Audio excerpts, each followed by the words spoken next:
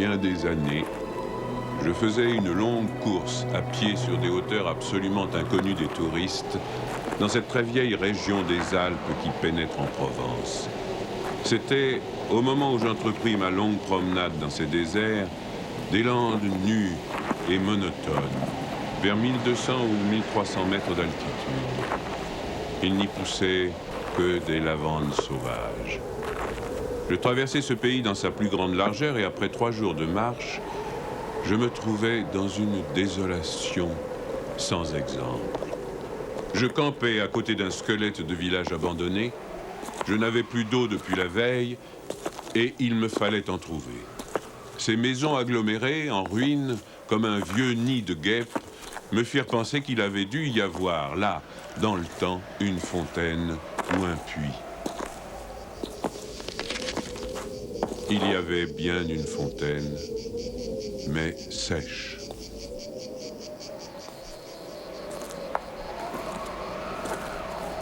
Les 5 à 6 maisons, sans toiture, rongées de vent et de pluie, la petite chapelle au clocher écroulé, étaient rangées comme le sont les maisons et les chapelles dans les villages vivants, mais toute la vie avait disparu.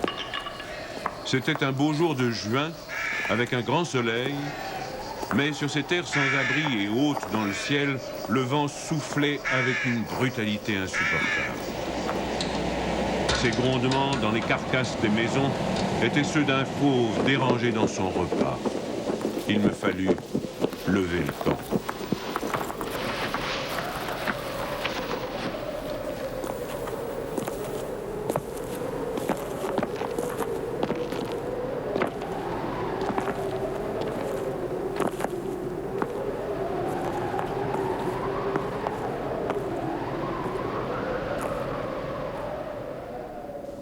À 5 heures de marche de là, je n'avais toujours pas trouvé d'eau et rien ne pouvait me donner l'espoir d'en trouver. C'était partout la même sécheresse, les mêmes herbes ligneuses.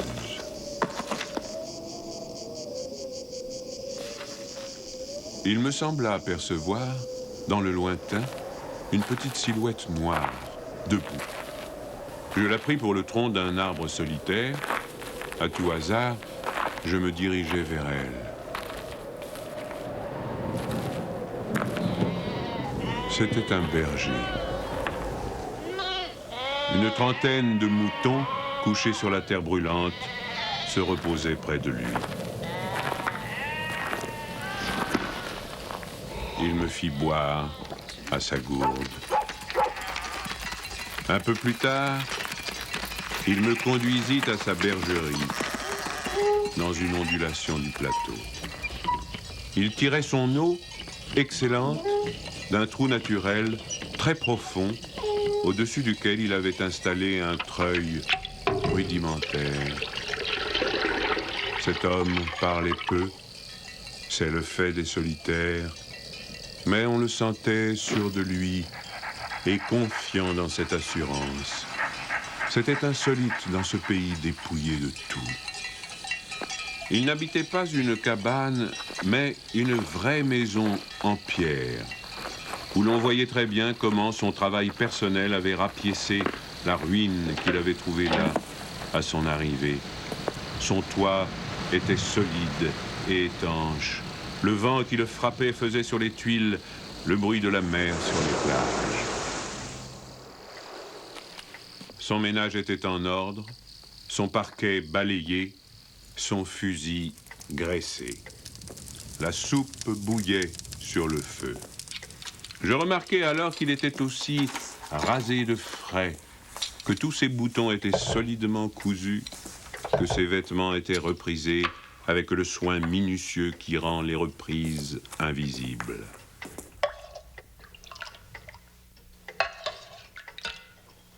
Il me fit partager sa soupe.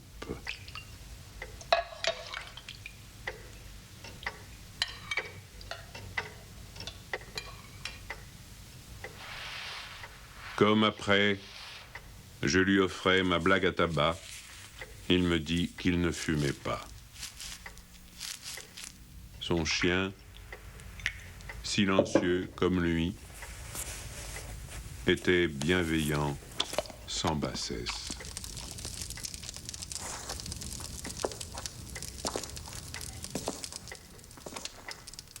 Il avait été entendu que je passerais la nuit là, le village le plus proche étant encore à plus d'une journée et demie de marche. Je connaissais parfaitement le caractère des rares villages de cette région. Il y en a 4 ou 5, dispersés, loin les uns des autres, sur les flancs de ces hauteurs, dans les taillis de chênes blancs, à la toute extrémité des routes carrossables. Ils sont habités par des bûcherons qui font du charbon de bois. Ce sont des endroits où l'on vit mal. Les familles, serrées les unes contre les autres, dans ce climat qui est d'une rudesse excessive, aussi bien l'été que l'hiver, exaspèrent leur égoïsme en vase clos. L'ambition irraisonnée s'y démesure. Dans le désir continu de s'échapper de cet endroit, les hommes vont porter leur charbon à la ville, puis retournent. Les plus solides qualités craquent sous cette perpétuelle douche écossaise. Les femmes mijotent des rancœurs.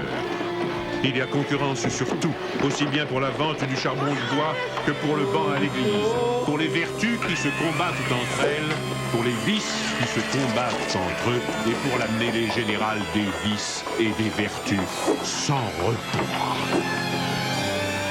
Par là-dessus, le vent également sans repos irrite les nerfs. Il y a des épidémies de suicide et de nombreux cas de folie, presque toujours meurtrières.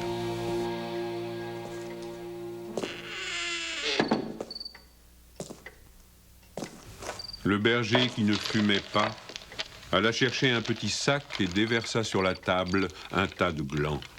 Il se mit à les examiner, un après l'autre, avec beaucoup d'attention, séparant les bons des mauvais. Je fumais ma pipe, je proposais de l'aider.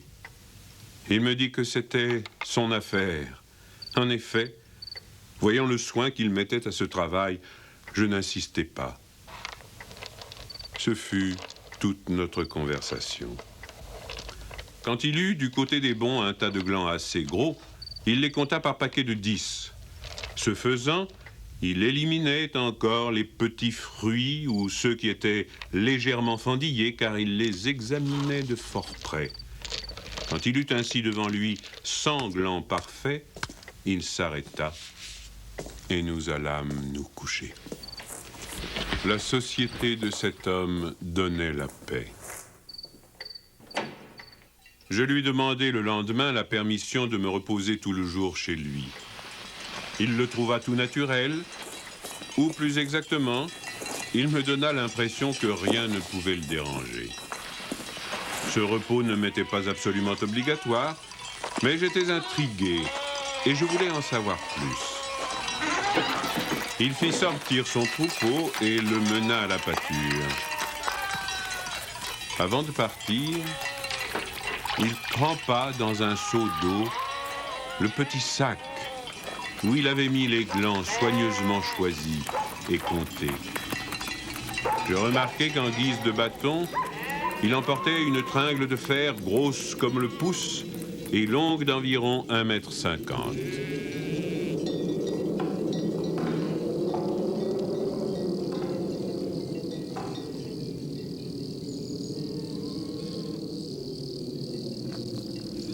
Je fis celui qui se promène en se reposant, et je suivis une route parallèle à la sienne.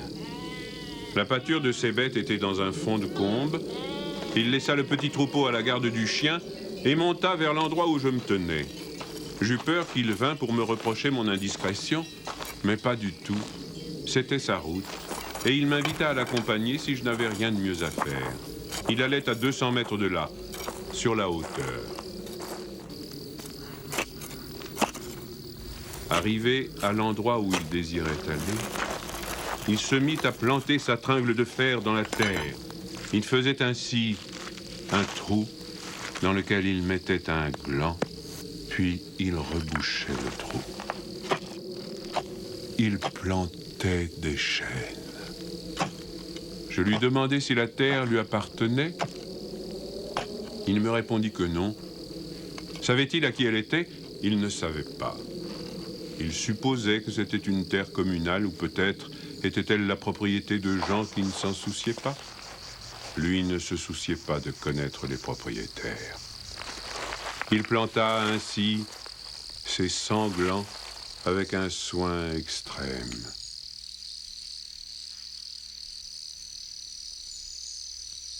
Après le repas de midi, il recommença à trier sa semence. Je mis, je crois, assez d'insistance dans mes questions, puisqu'il y répondit. Depuis 3 ans, il plantait des arbres dans cette solitude. Il en avait planté 100 000. Sur les 100 000, 20 000 étaient sortis. Sur ces 20 000, il comptait encore en perdre la moitié du fait des rongeurs ou de tout ce qu'il y a d'impossible à prévoir dans les desseins de la Providence. Restaient 10 000 chênes qui allaient pousser dans cet endroit où il n'y avait rien auparavant. C'est à ce moment-là que je me souciais de l'âge de cet homme. Il avait visiblement plus de 50 ans. 55, me dit-il. Il s'appelait Elzéar Bouffier. Il avait possédé une ferme dans les plaines. Il y avait réalisé sa vie.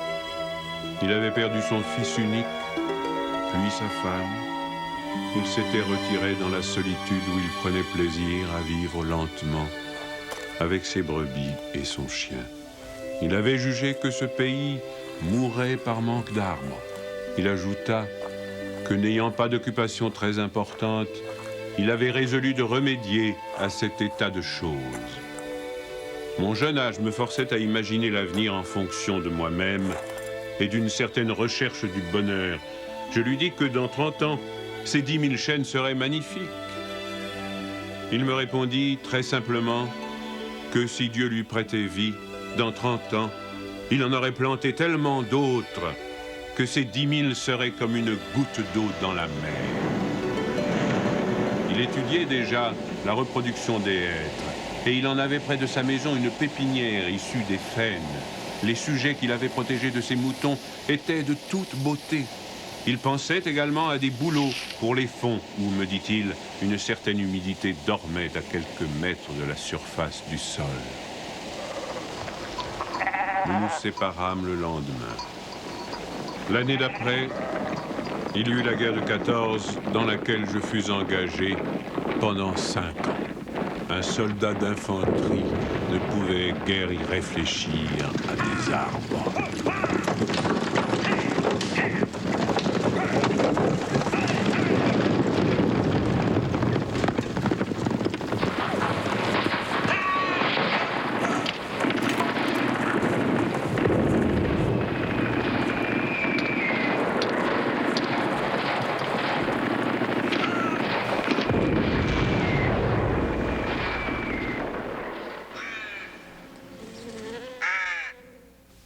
Sorti de la guerre, je me trouvais à la tête d'une prime de démobilisation minuscule, mais avec le grand désir de respirer un peu d'air pur.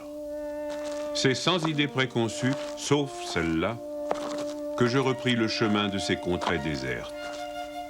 Le pays n'avait pas changé. Toutefois, au-delà du village mort, j'aperçus dans le lointain une sorte de brouillard gris qui recouvrait les hauteurs comme un tapis. Depuis la veille, je m'étais remis à penser à ce berger planteur d'arbres. 10 000 chênes, me disais-je, occupent vraiment un très large espace. J'avais vu mourir trop de monde pendant 5 ans pour ne pas imaginer facilement la mort d'Elzéar Bouffier. D'autant que, lorsqu'on en a 20, on considère les hommes de 50 comme des vieillards à qui il ne reste plus qu'à mourir.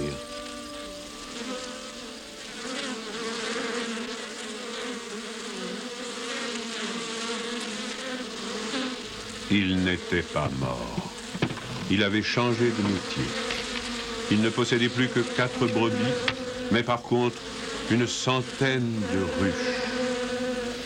Il s'était débarrassé des moutons qui mettaient en péril ses plantations d'arbres. Il ne s'était pas du tout soucié de la guerre.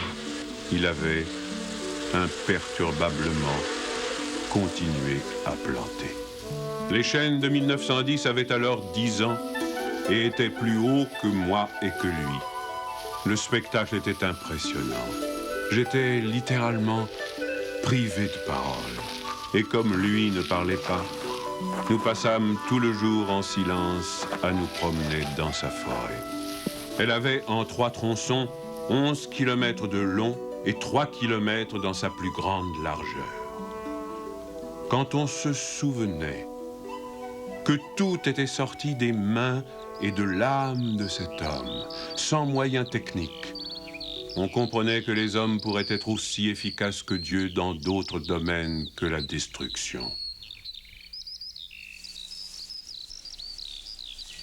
Il avait suivi son idée. Et les hêtres qui m'arrivaient aux épaules, répandus à perte de vue, en témoignaient. Les chênes étaient drus et avaient dépassé l'âge où ils étaient à la merci des rongeurs. Quant au dessein de la Providence elle-même, pour détruire l'œuvre créée, il lui faudrait avoir désormais recours au cyclone. Il me montra d'admirables bosquets de bouleaux qui dataient de 5 ans, c'est-à-dire de 1915, de l'époque où je combattais à Verdun. Il leur avait fait occuper tous les fonds où ils soupçonnaient, avec juste raison, qu'il y avait de l'humidité presque à fleur de terre. Ils étaient tendres comme des adolescents et très décidés. La création avait l'air d'ailleurs de s'opérer en chaîne. Il ne s'en souciait pas. Il poursuivait obstinément sa tâche, très simple. Mais, en redescendant par le village, je vis couler de l'eau dans des ruisseaux qui, de mémoire d'homme, avaient toujours été à sec. C'était la plus formidable opération de réaction qu'il m'ait été donné de voir. Ces ruisseaux secs avaient jadis porté de l'eau dans des temps très anciens. Certains de ces villages tristes dont j'ai parlé au début de mon récit s'étaient construits sur les emplacements d'anciens villages gallo-romains dont il restait encore des traces, dans lesquels les archéologues avaient fouillé et ils avaient trouvé des hameçons à des endroits où, au XXe siècle, on était obligé d'avoir recours à des citernes pour avoir un peu d'eau. Le vent aussi dispersait certaines graines. En même temps que l'eau réapparut, réapparaissaient les saules, les osiers, les prés, les jardins, les fleurs et une certaine façon de vivre. Mais la transformation s'opérait si lentement qu'elle entrait dans l'habitude sans provoquer d'étonnement. Les chasseurs qui montaient dans les solitudes à la poursuite des lièvres ou des sangliers avaient bien constaté le foisonnement des petits arbres, mais ils l'avaient mis sur le compte des malices naturelles de la terre. C'est pourquoi personne ne touchait à l'œuvre de cet homme. Si on l'avait soupçonné, on l'aurait contrarié. Il était insoupçonnable. Qui aurait pu imaginer, dans les villages et les administrations, une telle obstination dans la générosité la plus magnifique?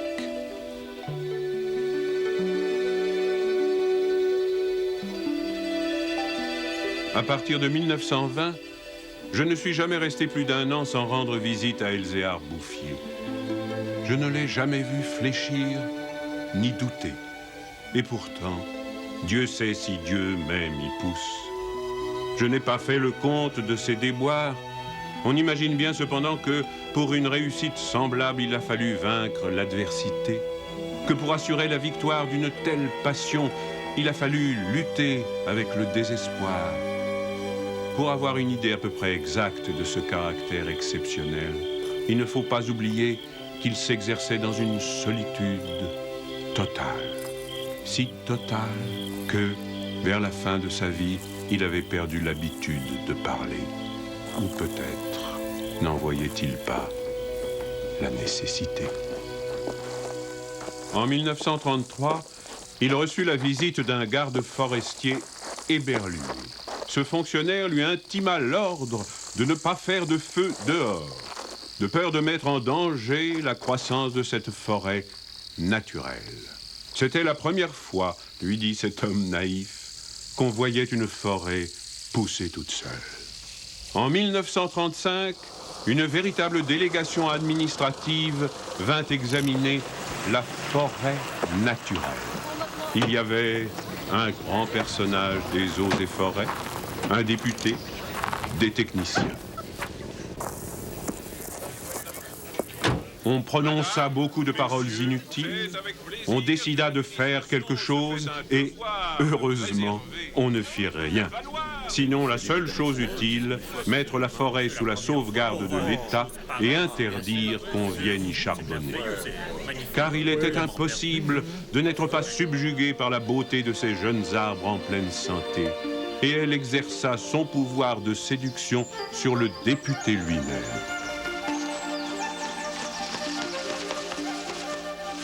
J'avais un ami parmi les capitaines forestiers qui était de la délégation. Je lui expliquai le mystère. Un jour de la semaine d'après, nous allâmes tous les deux à la recherche d'Elzéar Bouffier. Nous le trouvâmes en plein travail, à 20 km de l'endroit où avait eu lieu l'inspection. Ce capitaine forestier n'était pas mon ami pour rien. Il connaissait la valeur des choses. J'offris les quelques œufs que j'avais apportés en présent. Nous partageâmes notre casse-croûte en trois et quelques heures passèrent dans la contemplation muette du paysage. Le côté d'où nous venions était couvert d'arbres de 6 à 7 mètres de haut. Je me souvenais de l'aspect du pays en 1913, le désert. Le travail paisible et régulier, l'air vif des hauteurs, la frugalité et surtout la sérénité de l'âme avaient donné à ce vieillard une santé presque solennelle. C'était un athlète de Dieu. Je me demandais combien d'hectares il allait encore couvrir d'arbres. Avant de partir, mon ami fit simplement une brève suggestion à propos de certaines essences auxquelles le terrain d'ici paraissait devoir convenir. Il n'insista pas. Pour la bonne raison, me dit-il après, que ce bonhomme en sait plus que moi. Au bout d'une heure de marche, l'idée ayant fait son chemin en lui, il ajouta « Il en sait beaucoup plus que tout le monde.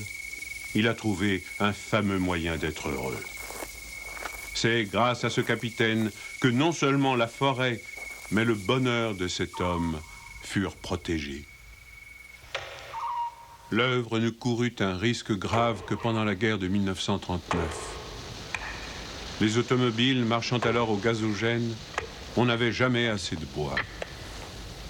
On commença à faire des coupes dans les chênes de 1910, mais ces quartiers sont si loin de tout réseau routier que l'entreprise se révéla très mauvaise au point de vue financier. On l'abandonna.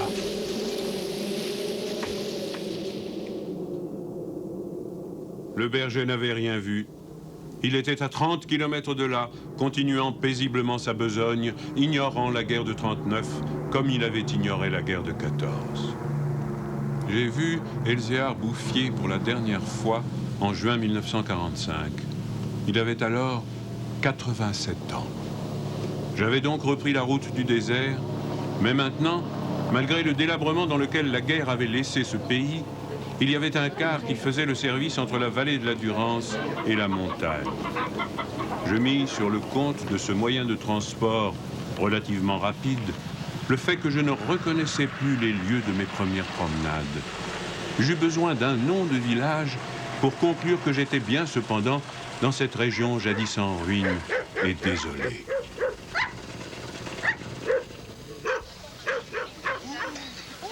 Le car me débarqua à Vergon. En 1913, ce hameau de 10 à 12 maisons avait 3 habitants. Ils étaient sauvages, se détestaient, vivaient de chasse au piège. Leurs conditions étaient sans espoir. Tout était changé. L'air lui-même. Au lieu des bourrasques sèches et brutales qui m'accueillaient jadis, soufflait une brise souple, chargée d'odeurs. Un bruit semblable à celui de l'eau venait des hauteurs. C'était celui du vent dans les forêts. Enfin, chose plus étonnante, j'entendis le vrai bruit de l'eau coulant dans un bassin. Je vis qu'on avait fait une fontaine, qu'elle était abondante, et ce qui me toucha le plus, on avait planté près d'elle un tilleul, symbole incontestable d'une résurrection.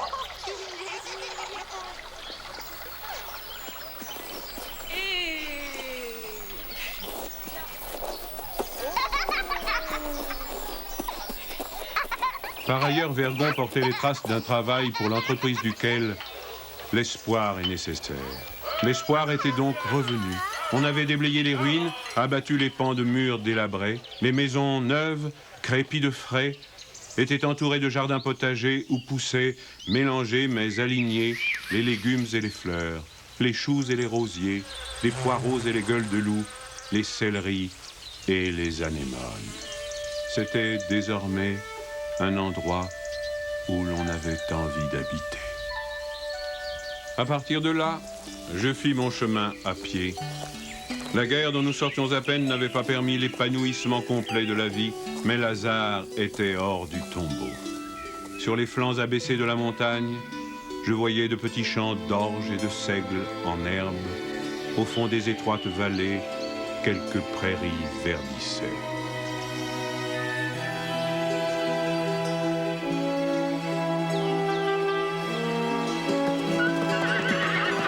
Il n'a fallu que les 8 ans qui nous séparent de cette époque pour que tout le pays resplendisse de santé et d'aisance.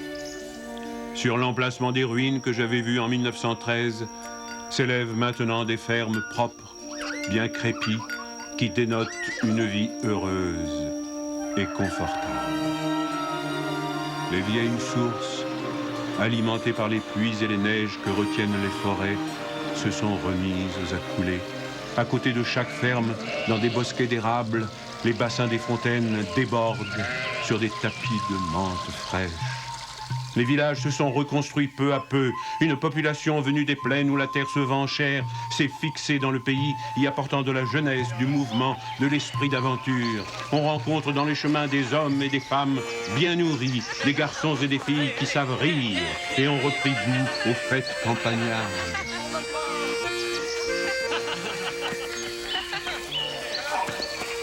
Si on compte l'ancienne population, méconnaissable depuis qu'elle vit avec douceur, et les nouveaux venus, plus de 10 000 personnes doivent leur bonheur à Elzéar Bouffier.